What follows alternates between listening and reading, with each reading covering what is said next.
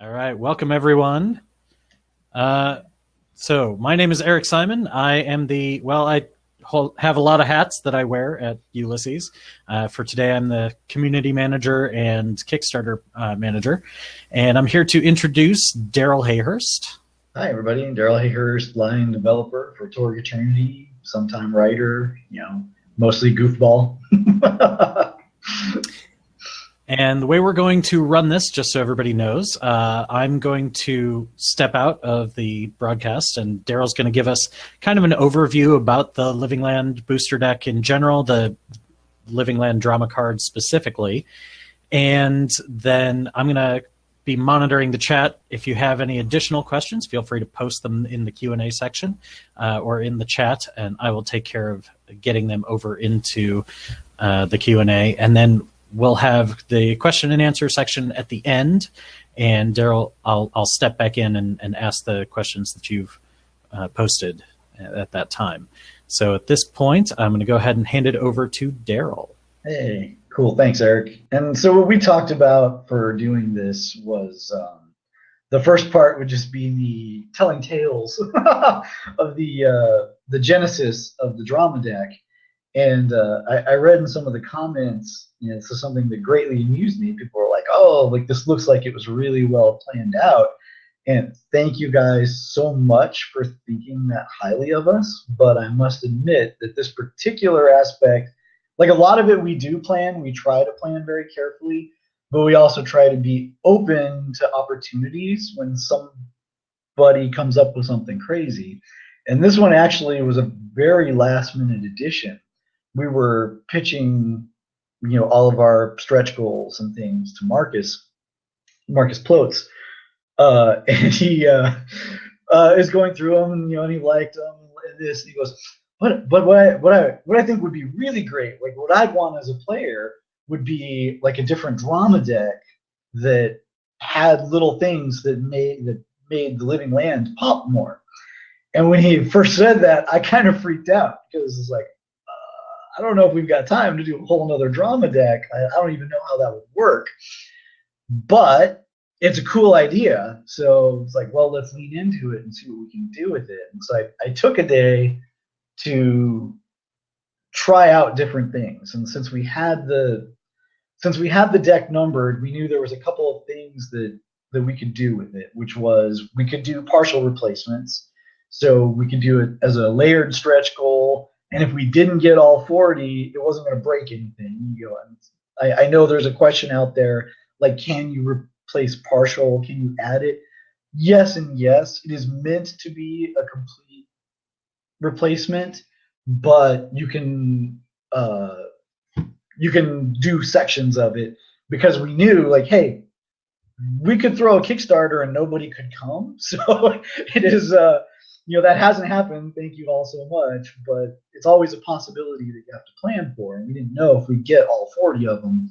And we're like, if we do 10 or 20, are they useless? And it's like, well, no, they're going to replace certain portions of the deck, and that'll still work.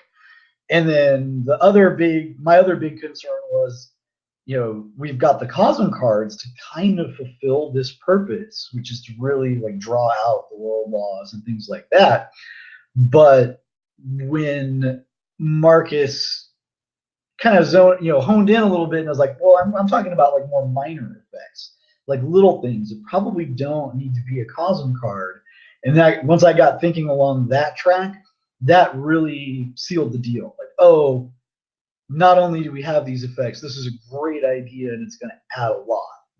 And like everything that we try to do past core is we make it optional, so you don't have to have it. It's not necessary for gameplay, but we think it's a cool add. So after that meeting, I took a day, I tinkered around with it, and I came up with the 40 effects. And one of the cool things that came out of that was, when you're doing rules and discussions, there's a lot of what ifs. There's a lot of, oh, should we do an optional rule for strength, for intimidation being based on strength rather than spirit? And we made a conscious decision to really not do optional rules or to avoid them as much as possible. But this is a great place to introduce stuff like that. So we can do like, oh, hey, because of the influence of the living land on this card, now intimidation is based on strength this turn. And that can be pretty cool. So, and I know we're supposed to wait till questions at the end, but I just saw one flash by, the concern about fulfillment, if this is kind of a recent thing. Don't be concerned about that, you guys. Like, I literally had the deck done a couple days after we started talking about it. That's why we committed to going for it. If there had been risk of that, we'd have pushed back because we do not want to do late fulfillment again. So we're still play testing and tweaking that deck. There could be changes to it between now and when we print, but it's pretty well in hand. Like, those aren't, the pictures that we did of the piles of cards is because we've got all 40 of them. Like, we have those cards. We're not really worried about it. Didn't mean to divert there, but and then the other trick was balancing it, because again, like I was mentioning, everything that we add, we want it to be a cool add-on, but not a requirement for the game. Like, we don't want to get caught up in a power creep cycle that's gonna obliterate everything that we did before. So the effects tend to be on the minor side. There's a few that are pretty big actually, but they vary between positive effect and negative effect. Some cards are better for the heroes, some cards are better for the villains. We tend to mix those within the groups of 10 cards. So if you do happen to do a partial replacement, as long as you do it in the blocks of 10, it'll work fine. All right, now I'm going to get distracted because I see the questions scrolling by. Optional rules. Are there optional rules in the source book itself? Right now, no. There are. We're not intending to do optional rules. We're going to do add-ons to rules. We're going to do clarifications to rules. We're going to do deep dives. And, like, hey, so for example, one of the things that we go into in the book is we've got this card that says, you find lost treasure. All right. And as long as you're creative, that's really easy. As long as there's the adventure, most of the adventures that we've published, we tried to put one item that you could find if that card is played. But, if that can put you in the lurch. So we wanted a table of these lost worlds and these treasures that come out of them. So you can just roll on that and get something. They're all enhancements, but we don't do a lot of, but you could just do it this entirely different way instead. There's maybe 2 instances of that, but that's something that we try to avoid. All right. Eric's jumping back in. Good. Stop me. Jumping back. Yeah, it seems like we were drifting a little bit. So I know, because I can't see the questions outside. So let's go through some of the questions. And while I'm getting Darrell into the questions, feel free to post more in the chat. I'll keep moderating those and reading those off for him. So the one question that was sort of a side question, but it's quick enough that I think we can take care of it pretty easily. Jim Groves was asking, are the Cosm-specific possibility chips also a recent idea? I won't judge if they are. Those aren't as recent as the drama deck, but they were a later addition. It wasn't something that we planned from core. Like, certain things that we planned to do from core, and we wanted to leave the space for that. And then certain things, came up later, like, ooh, this would be a cool idea. Can we do it without breaking what we've already done and without breaking what we're going to do in the future? And then as a side note for that, people have been asking, like, are there going to be pluses and minuses with those chips? And that's exactly how it works. And again, nothing's final. We're still in play test. We're going to be play testing them until the last minute. But yes, currently the design for those chips is they add a pretty cool, very Living Land specific effect. Has to do with melee damage, everyone. But there's also a drawback, which if you use them, there's I'll just spoil it, whatever. If you use them basically on something that's on a intelligence mind based skill, then the normal rule for possibilities is if it's less than a 10, you call it a 10 and move on. For these chips, you don't do that in that case. You just like, well, I rolled a 2 on that. Well, wah, wah. That's what you get for using Living Land. Energy for something that the Living Land doesn't really support. John, that might be an overall if you're also not hearing me. Sorry. So let me just type that to John while I'm giving you the next question. And thanks for spoiling the chips. We're partially. I did half the chips. Partially. Yeah. So no, want to save to the end. And one of the things, just sort of an overall production note for people, honestly, given the printing and production timelines for a lot of these side projects, they are actually nice. They're actually quicker than the books, because things like cards and a little bit of a graphic on a possibility chip, those are a lot quicker to go through the production cycle, because it's just a matter of, oh, here's the art that we're putting on this chip, send that off to the printer, they take care of it. Anything that is a book that goes through a much more stringent editing and review cycle, so putting in books later is a lot harder than putting in a possibility chip changes later. So that, just to Flash, I hope that allays your concerns there. Let's go through some of the questions about the deck itself, since that is supposed to be what we're talking about. So we some of these Darrell sort of addressed, but we want to get them very specifically answered as much as possible. From Cameron Lyle, I've got a query for the good folks at UNA. It's clear a good deal of thought. Didn't really. A good deal of thought went into it just very recently. Yeah. So it's true that, yes, a good deal. Darrell has put a good deal of thought into these. Are they also balanced in such a way that they can be augment or be added to the normal deck to increase the overall size? And so the base let's talk about the idea. Yeah, so the base properties of the cards are actually the same as the regular deck. The difference is, they're renamed and they have the extra abilities added on top, but all of the conflict line stuff is actually static between the two.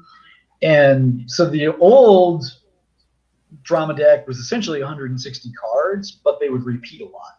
So you can absolutely add these to your regular drama deck. As long as you're in Living Land, it'll make sense, because the text box stuff is very specific to Living Land. It will not work very well anywhere else. Yeah, you can absolutely add it. It doesn't hurt anything. We designed it as a replacement because when we tested the 40 card drama deck, it pretty much covers you. Like, it keeps the fluctuation that you need, but since combats generally are 5 turns or less, you're just not going to go through the whole deck that fast. And that keeps you from getting repeats if you've got a double stack deck. But can you? Absolutely. It shouldn't affect balance at all, because a lot of that's duplicated. Right. So that sort of brings us to John's question. What are your thoughts about just smooshing the two decks together? He said, I'm considering this only because a new effect each round might get a little overwhelming. So go ahead and talk about the numbers again. Just to make that a little more clear. Well, right. So, you can smoosh them, but really the effects are fairly minor, and not all of the effects are going to apply to you every round. Like, oh, hey, if this card lets me use strength instead of spirit for intimidation, my strength's not better. I don't care. It's not that huge a question, and some of them are things like favorable winds or unfavorable winds that add distance to missile weapons for the good guys or the bad guys, respectively. So they can be fairly minor effects, but I think they're pretty cool. It doesn't really hurt to have one each round. I think it helps, in fact. That's why after we started playing with it, it's like, oh man, this is really cool. We need to do this. But you can space them out. It doesn't hurt. And again, the regular game is built to not have them. So yeah, and just I think maybe a refresher on how the numbers work might be, just so that's in the chat and everybody can be clear on that. Oh, the numbers. So yeah, we did.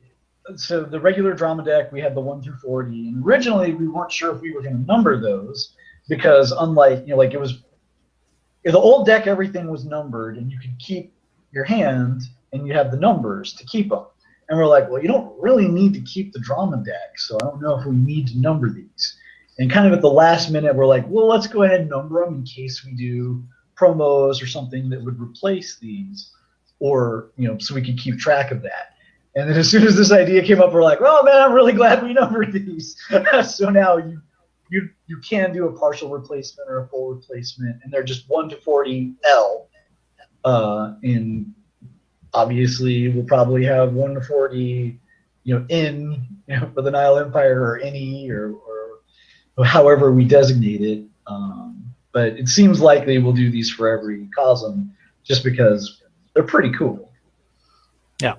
So just to reiterate, so then the intention, if someone were to do a partial replacement just because they didn't want to be reading the effects every card, you would do them in blocks of 10. So you could do like, here's a 25% Living Land deck, or here's a 50% Living Land deck. And so that would be how you might do that. And as someone says, that's it's also great for recording your hand between sessions. Right. So for the Destiny cards, that's absolutely was always going to be true. And so like I say, drama was the one where like, well, we don't technically need it, but then we decided let's be safe. Thank goodness. And then I think John Condon's comments there about mixed zones. It leads us then to John K's question.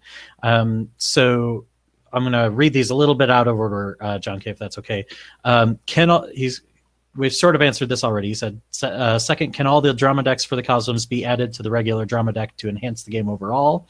We sort of talked about the size and what that would do. Right. Should the Living Land Cosm cards be added to the ones from the main box sets, or are they meant to be as a special replacement set of cards?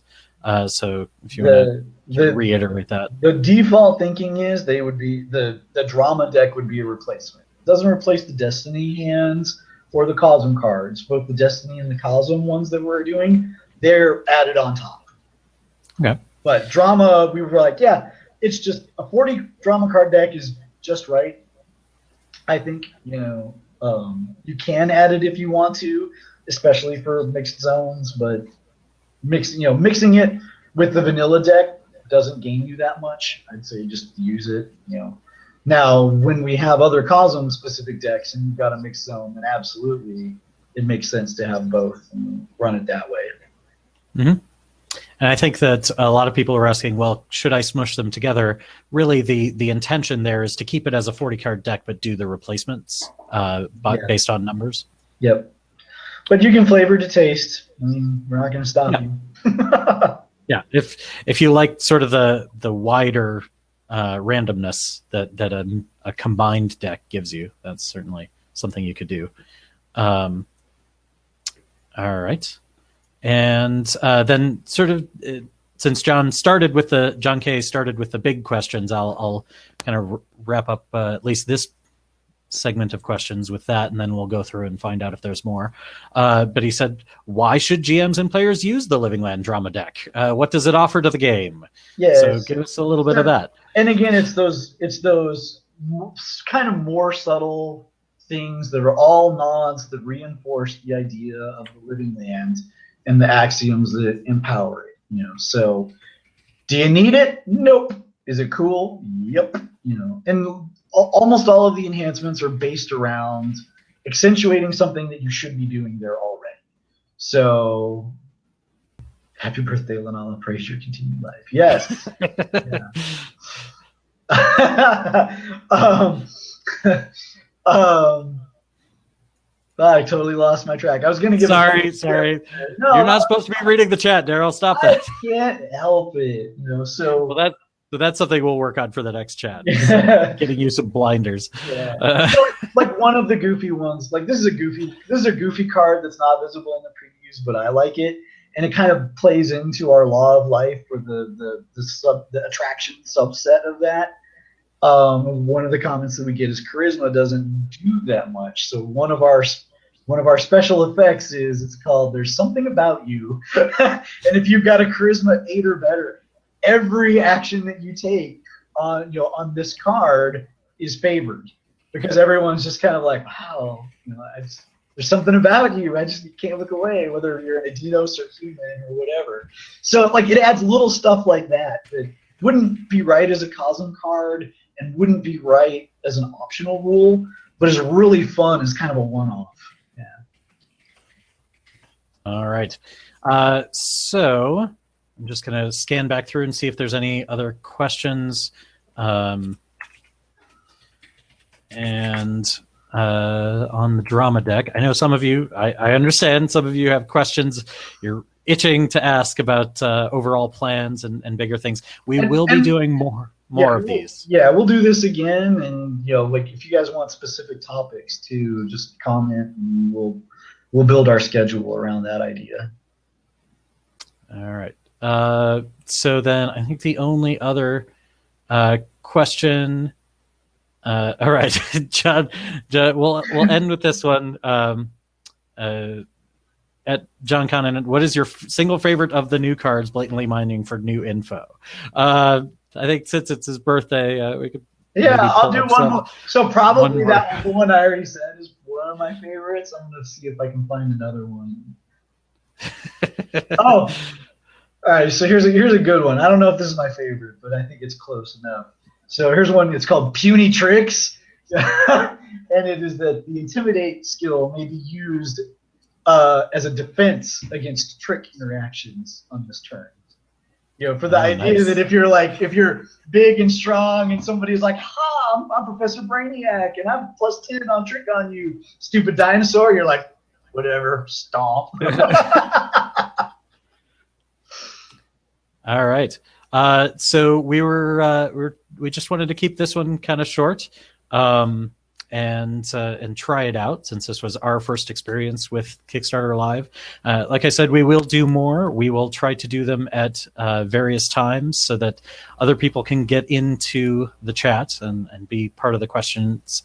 And hopefully, we'll see that people will have some more questions for our next one. We'll broaden the topics for our future ones so we can bring in a lot more questions. And so if you had some that we weren't able to answer because they weren't really about the deck, please do ask those again when we start our next one.